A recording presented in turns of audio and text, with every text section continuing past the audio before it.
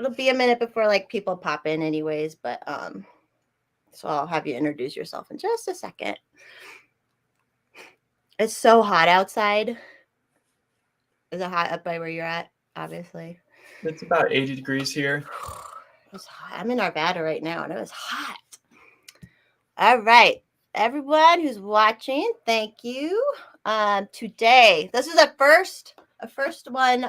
Forest Mom is gonna give some exposure to our libertarian candidates in Colorado, which I think we have around 80 or something. We have a lot of people running for stuff. So today I wanted to chat with Brian Peotter, and he is running for Senate. The Senate. Is there 2 Senate seats? This is how good I am at government. Yeah, Colorado has 2 Senate seats, just like every other state, and it's a 6-year term, and so every 2 years somebody's up, and then every third election there's no one, right? Okay. Why don't you go ahead and just introduce yourself? Give us a little rundown on you. So my name's Brian Peotter, father of 3, got 3 young children, live in Broomfield, Colorado. I love hunting, fishing, and messing up liberals on the internet. That is not necessarily constructive to my life, but I very much enjoy it. I'm running for the U.S. Senate against O'Day and Bennett, 2 very moderate Democrats that believe pretty much the same thing, that the government is the answer to all your problems. And I'm doing everything I can to be the option for you, if you can vote for me, that stands up for liberty, that says you can solve your own problems, that the free market is the right way to move forward in society, and that if we can all agree on not hurting each other, that we can live together in peace. It's so simple, right? It's so simple for us. We're like, why is it so hard for people to understand that? All right, I'll just what are you from Colorado originally? No, and you're gonna I don't judge anyway. You're gonna out me here. I'm here from California, just like half of everyone else. That's all right. And I came here because I wanted less traffic and less people, which everybody here complains about the opposite. It's changed a lot over the years. It's all right though. And then everyone who's watching, you ran for Broomfield City Council position last year, right? I did. And that ran one-on-one. Was that your first race ever? Was that the first time you ran for something? It was my first race, and I tried very hard, knocked on over 4,000 doors, and came up a little short, about 400 votes short. And if I could do it all over again, I guess I just would have worked a little bit harder. Yeah. Like I said, so I saw you just this last weekend, which that picnic was really fun. We got to do more and more of that stuff for sure for our peeps. I actually door knocked for you. And like I said, so I'm a real estate agent and I don't even door knock, real estate agents door knock and do all that. I don't even door knock for me, but I was like, I'll door knock for you. And actually it was good practice. And I laughed because you said something like, yeah, it's hard to talk to the commies, but I had a pretty good experience. Like most of the people who came to the door were like, I wasn't like, bombarding them or anything. I was like, hey, do you know there's this guy? And did you run was it libertarian when you were running for city council? I was a libertarian, but all the races for city council are not non-denominational, nonpartisan. Okay, that's true. Yeah, they don't really say because you're part, and it's for like each district in a city and all that, and and that's what people need to do, and they don't understand. Like, and a lot of people don't want to listen on the federal level to libertarian stuff, but it's like on the local level, that's where we need to get involved. In Arvada, some guy was on city council and he's like, listen, the people are too stupid to vote on a trash service. So they like just push through this trash service in Arvada without letting people vote on it. It's like, those are the kind of people we need out, and we need people like you or, libertarians in. There's nowhere where politics is more dirty than a city council race and more personal. Luckily, my race did not get that affected by that. My opponent and I did not attack each other directly. You can attack him now if you want to get it off your chest at all. Just kidding. No, I'm not going to campaign that way. I will say that if you're listening and you have a bad opinion of the Libertarian Party that I did too for almost my entire life until recently when we took over the party and made it a Libertarian Party once again. And that if you have been out of the loop at all, that you should go to lp.org and consider joining the party again, because now we stand up for the rights of people. We're not the Me Too Republicans anymore. We actually have morals and principles that we will adhere to. Yeah, do you want to say like what brought you to like libertarianism or liberty? Have you always been that way? Oh, no. I started the Young Republicans Club in high school. I was a George Bush fan, and I was completely brainwashed about America First military interventionism. And it wasn't until the 2007-8 era of the Ron Paul campaign that I heard a different voice, and Ron Paul converted me. First step, first smoke on the first cigarette of liberty, that was perhaps there's a different way, that bombing people on the other side of the world isn't the best thing to do. And perhaps living in peace and having sound money is a better path for us as a society. So I got involved with the Ron Paul campaign. 2008, he lost. Following into the next couple of years in college, I read Murray Rothbard, Tom Woods, Walter Block, and several other libertarians, including I think Henry Hazlitt and Economics in One Lesson. I really gave myself a real education while I was at college, even though I was studying aerospace engineering, so it wasn't very liberal or woke. It was just math. And if you're looking at an engineering degree, consider that it is only math. There's nothing else besides math. And if you don't like math, you won't like engineering. But anyways, I got converted, and going into 2012, I supported Ron Paul once again, helped on the campaign in California, knocking on doors, mainly just developing skills because I didn't really achieve anything in California for him. Perhaps I converted some people into libertarians, but probably not very many. And then ever since, I've been a libertarian part of the Republican Party, because the Libertarian Party was not libertarian. It was a Republican Party, and there was no advantage to being in it. So it wasn't until I heard about the Mises Caucus on the Tom Woods Show that I joined the LP and joined the Mises Caucus, and I completely back what we are trying to do in the party. And it has given us this opportunity here with my campaign in Colorado to actually have a voice in an otherwise an election where there'd be no voice for people who actually believe in liberty. I like that. And Colorado really, so I grew up here and stuff, and like Colorado really was like a liberty-minded state. Like you could be left or right, but you left everyone alone. There was enough space for everybody. And then like, just the last couple of years, just things really start. I mean, people blame the pot legalization, whatever, but like it's happening in every state where the cities are just super blue and everywhere else is red, and the fact that the party was like founded here, I've especially with the COVID in the last 2 years, I really feel like Colorado, a lot of people have given up, but I really feel there is this energy, especially with like libertarianism or whatever. But like I know so many people who weren't necessarily left or right before, but they didn't know anything about libertarianism. And now after the last 2 years with the COVID stuff, they're on board. Like they are on board completely, because it's like, if we have to follow this political process, which a lot of us don't technically maybe believe in, but like it's there, right? And we have this third party here, so might as well. And everybody I've met out here is just so down to earth and so real and accepting. And yeah, the Mises Caucus was a huge change for me too over the last 2 years, finding that. So yeah. Now, I'd say that Republicans have really lost their way.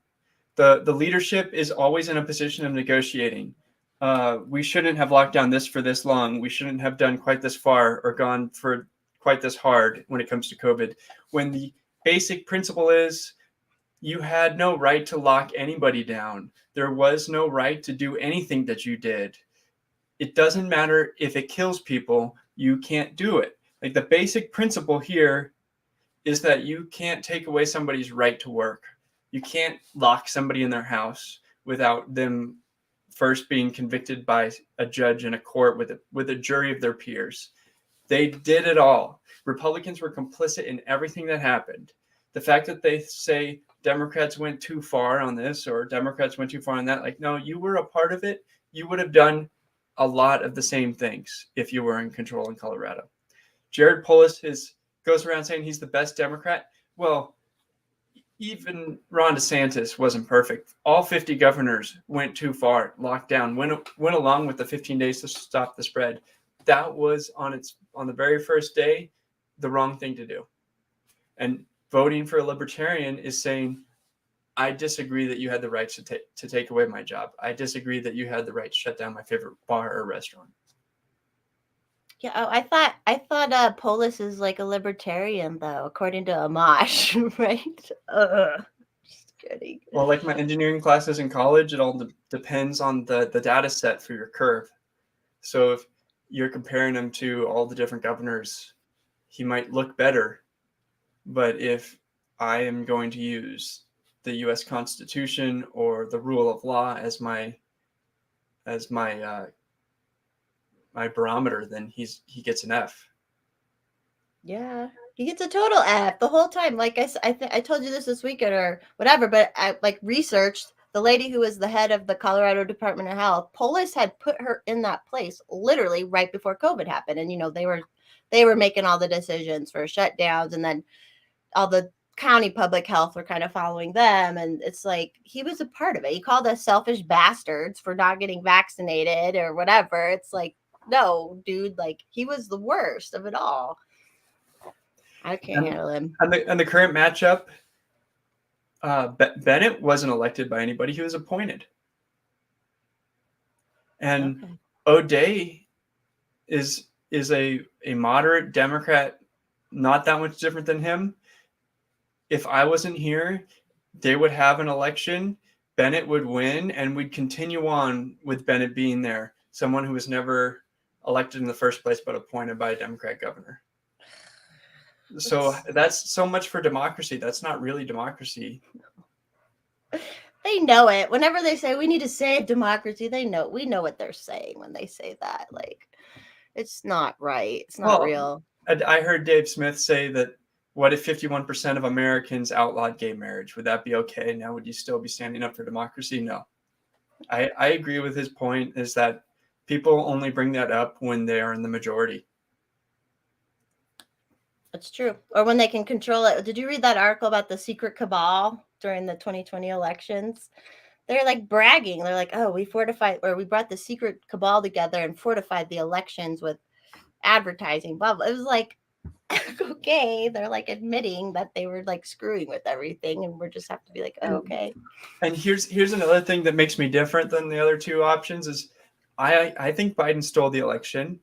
I don't have to be a Trump conspiracy theorist to say that. Of course Biden stole the election. At 2 a.m, a bunch of states stopped counting. Biden came out and said, I'm going to win. And then slowly he won in every single one of those states.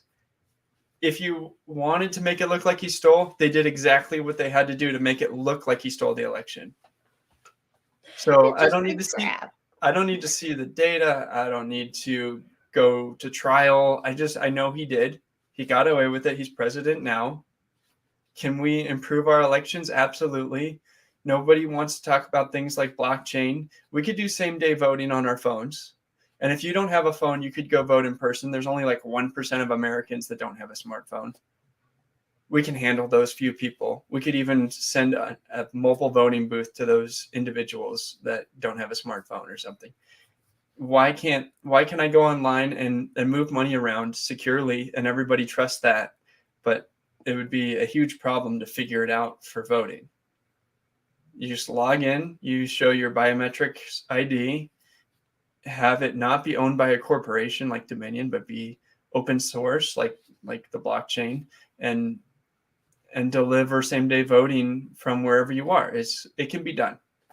But that's a conversation you can't have because it's about the conspiracy that Biden stole the election, which one side wants to hide and one side wants to uncover. Okay, great, he did steal the election. we can't talk about how we could make it better and unstealable next time? Yeah. Like, why can't we just talk about it? Let us shut it down right away. Yeah, and you're automatically a Trumper, blah, blah, blah, whenever you bring it up or anything. And it's obvious that when you ship ballots out a month beforehand, there's a lot of opportunities for bad things to happen. Ballot harvesting, ballots get lost. People die after they vote. A lot of things, there's a couple percentage points there that can happen just on random chance that you would prefer it not happen. What if somebody votes and then moves? That's an illegal vote. There's plenty of people I talked to that had moving trucks at their house that said they would make sure they sent in their ballot before they moved. And they don't think about that like that's illegal. Because as far as they're concerned, their vote counted. Yeah, that's true. Yeah, you don't think you're doing something wrong or whatever, but yeah. I was just going to say something about that too. Oh, shoot. What was I just going to say? Voting. I don't remember, but other countries do 1 day voting. They have 1 day voting. Like even like Australia, which has terrible politics, they vote on 1 day. It's a Saturday, and it's 1 day. And to be fair, if you're uneducated, I'd prefer you don't vote. That's true. Don't feel like you have to vote. If you're not going to take 5 minutes to Google somebody before you vote for them, please don't vote. That's true. It's better for everybody to have uneducated voters just go about their lives. I'd prefer as many people become educated and libertarian as possible. But in lieu of that, just don't vote. Especially in local politics. I think a lot of people won't even know who their local, whatever they're voting for locally, they don't even know who they're voting for. And it's like, that's kind of the most important. Like, it is the most important thing too, is they control your lives the most.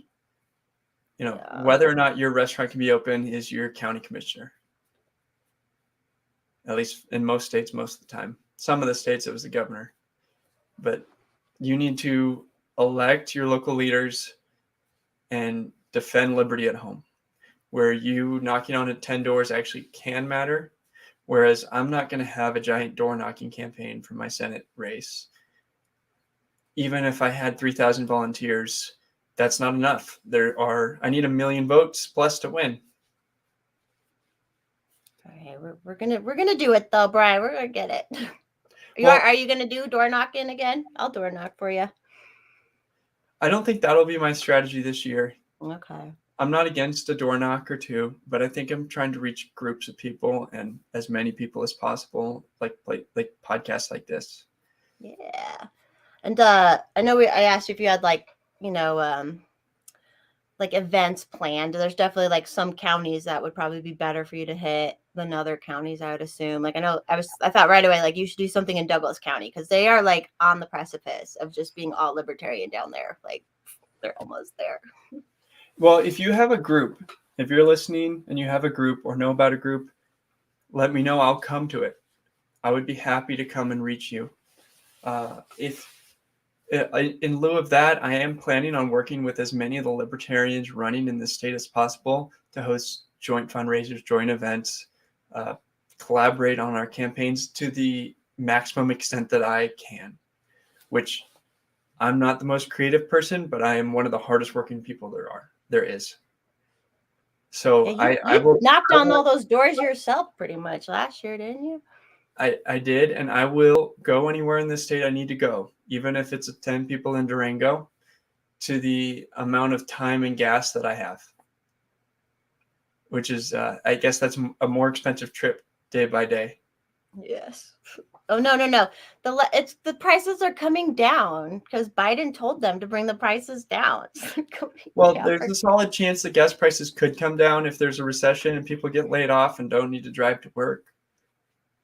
But that's even worse than the high gas prices. So I don't know what will happen in the future. It's a possibility gas could come back down, but that means people are losing their jobs. Yeah. Do you think they'll try and Polis is up for election this year too, right? He is. Yeah. I just wonder what they're going to try and pull again this winter. Like, I don't know. I hope nothing. I hope people in Colorado are like, no. Because even here in Arvada, there are so many people still wearing masks in the grocery store that I'm like, are you serious? Are you like serious? Like, what is going on with people? I don't get it. I mean, I don't blame these people that they have been fed false propaganda for so long about masks working. That they believe it and they are going to live the rest of their life wearing a mask and being afraid of COVID. And they won't ever come across the news story that they'll believe that says, sorry, masks didn't work. We screwed up. The real world, there was like real world global, 2 years of real world global data said they weren't working the whole time and the people didn't even care. Like, it's just so bizarre to me. The worst part about the masks is if COVID had a high death rate, it would have made it worse because people would have gone out wearing masks thinking they were protected and died from this higher, like, worse version of COVID. Luckily, almost nobody died of COVID. Some people probably did die thinking they were protected wearing a mask, and that's pretty horrible, but it could have been way worse. All right. I don't know. All right. So say you win Senate. What's the first thing you're going to do? Well, let's get to the first step is why I think I can win. And here's what it is. Now, some people love Lincoln, some people don't. But he announced his run as a third-party candidate as a Republican, knowing that he couldn't get 51% of the vote. He did it anyways. He's not the reason why he won. Democrats came in and split their vote. He had no control over what happened. You can call that providence, but he became president because of other actions that happened in the world. And in the same way, I'm running as a libertarian, knowing that I'm not going to get 51% of the vote. But I'm doing it anyways, and I'm going to try to do everything I can to get as many votes as possible. I need some other interventions to come in for me to win, but that's not impossible. And I only need 33.1% to win. Theoretically, they'd have to equally split the vote, O'Day and Bennett, but I'll aim for 39%. Now, if I get in, the way the Senate works is seniority. And to be honest, if I'm going to be very pragmatic with you, I don't want to be in the Senate for 40 years. And so I probably won't become the chairman of any important committees. But what I can do is be the deciding vote on many issues, probably a no vote on most issues. But as far as initiating legislation, I probably won't get to initiate very much, if any, legislation due to my lack of seniority. And if I'm not going to be there for a very long time, my whole first term, I'll probably get nothing through. Doesn't mean I won't try. I believe there are specific issues that there are 60 votes on that we can get through in the proper atmosphere where they're willing to do something. Like, I feel like most of the time Congress would rather do nothing and argue, even if they all agree 99-1. It's like a recognition of this volleyball team winning the national championship. Okay, we'll vote on that, but we're not going to vote on this regulation's only hurting people and not helping anyone. I think that one of the first and easiest things you could do is crowdsource all the regulations that are outdated about donkey posts at post offices and gum on sidewalk, all the dumbest regulations that you can find. Give me a pile of them. We can call it the taking out the trash bill and just try to delete as many regulations in one place as possible. Don't put any regulations in there that somebody's going to say it matters to them. Go get the worst 500,000 regulations the federal government's ever passed and delete them. Secondly, I could focus on coalitions that already exist and be the deciding vote on important issues, mainly reducing the size of government, reducing the spend of government. Republicans always like to talk about, or they used to like to talk about reducing spending. I obviously actually mean it. So, and then do you They already primary. We already did the primaries, right? Mm-hmm. Right. But is the libertarian candidate show up in the primaries? Or no? We could have had a primary, but we didn't We because didn't. I was selected at the state convention. Okay. A So we're like, yeah, primary, that's our guy. That's like how we choose. yes. Okay. If somebody had contested me and we were fighting each other for the spot, we could have had a primary ballot sent out to every libertarian in Colorado. That didn't happen this year. Oh, I didn't get, yeah, and I didn't. Mr. Forrest Mom is Republican, so he got prime, but I didn't get anything, obviously. Um, and who are you running against? Is it Heidi someone or something? Joe O'Dea is the Republican, and Michael Bennett is the current senator and Democrat. Okay. Okay. Joe O'Dea. I don't think I know who Joe O'Dea is. I'll have to look him up. I don't know. What else? Anything else you want to throw out there about yourself? Why? Anything else? Just campaign. You can campaign here. Well, if you're an individual that's still listening right now, you can reach out to me personally. You can go to my website and contact me. I will respond to you personally and within a day. I don't think you can do that same promise for any other candidate. And if you have any skill of any kind and want to help, I can figure out how to use your skill and how to put you to work and help me with this statewide movement, this election season for every libertarian in Colorado. I can find out who's running near you, get you contact info, whatever you need. I would like to get every libertarian and liberty-loving Republican together, and I would like to see the Republican come in third this November. Split the GOP in half. That would be great. Well, you want like real people. Like I feel like everyone I've met in the LP Colorado, that's all like real people. Like I'm so sick of all these. Everybody's all sick of they've just been doing politics forever in that way, and it's like people are so sick of that. We want like real people, real parents, real. They've worked a job in their life before. They haven't just been in politics the whole Or time. it's just like I hate it when I'm asking you a question and it's like nailing jello to a wall. You just will not tell me what you really believe. That kind of politician is terrible. Yeah. It's going to be a word salad, right? And I may disagree with you. I will tell you the truth. I'll tell you my truth, at least, what I believe, even if it costs me your vote. And that's fine. Genuine, just a genuine person, Brian. Good job. It's going to be the way the Libertarian Party works here in Colorado for a long time going into the future. Individuals who are honest, hardworking, truth-telling individuals. It's not easy. The stupid thing, gotta get rid of the identity politics and all the collectivism and just like, look, people, it's about you, your individual self. Like, and to be fair, I'm one of the least fun people in the group. It's a very fun group of young people in the Mises Caucus. It makes me feel good just to be around them. That I'm letting into the cool kids group and get to be there. We had Angela on Sunday. We were laughing because like everyone, it was like this weird vibe that like the Mises Caucus are the big bullies and the jocks and whatever. And she's like, we're Austrian economic people. Like we're the dorks. But everyone is cool just because everyone's so I've just loved the accepting vibe of everybody that I've met. That's why I'm happy to be involved and helping. Well, thank you so much for having me. And I will say on Austrian economics, I've read Human Action. Man you read the whole thing? Did you read the whole thing? Oh my gosh. I had a book club that went through it together.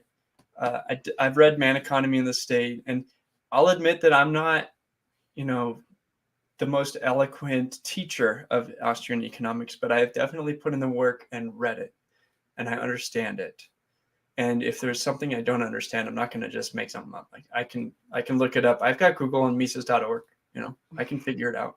And you can say, I don't know. Let me figure it out, or let me find out. Yeah, exactly. Like, why is that so hard for people to say? I don't know. Let me find out. So silly. Yeah. All right. Well, yeah, that's a half hour. That's good. Anything else you want to leave on with? Like, can push your stuff more if you want.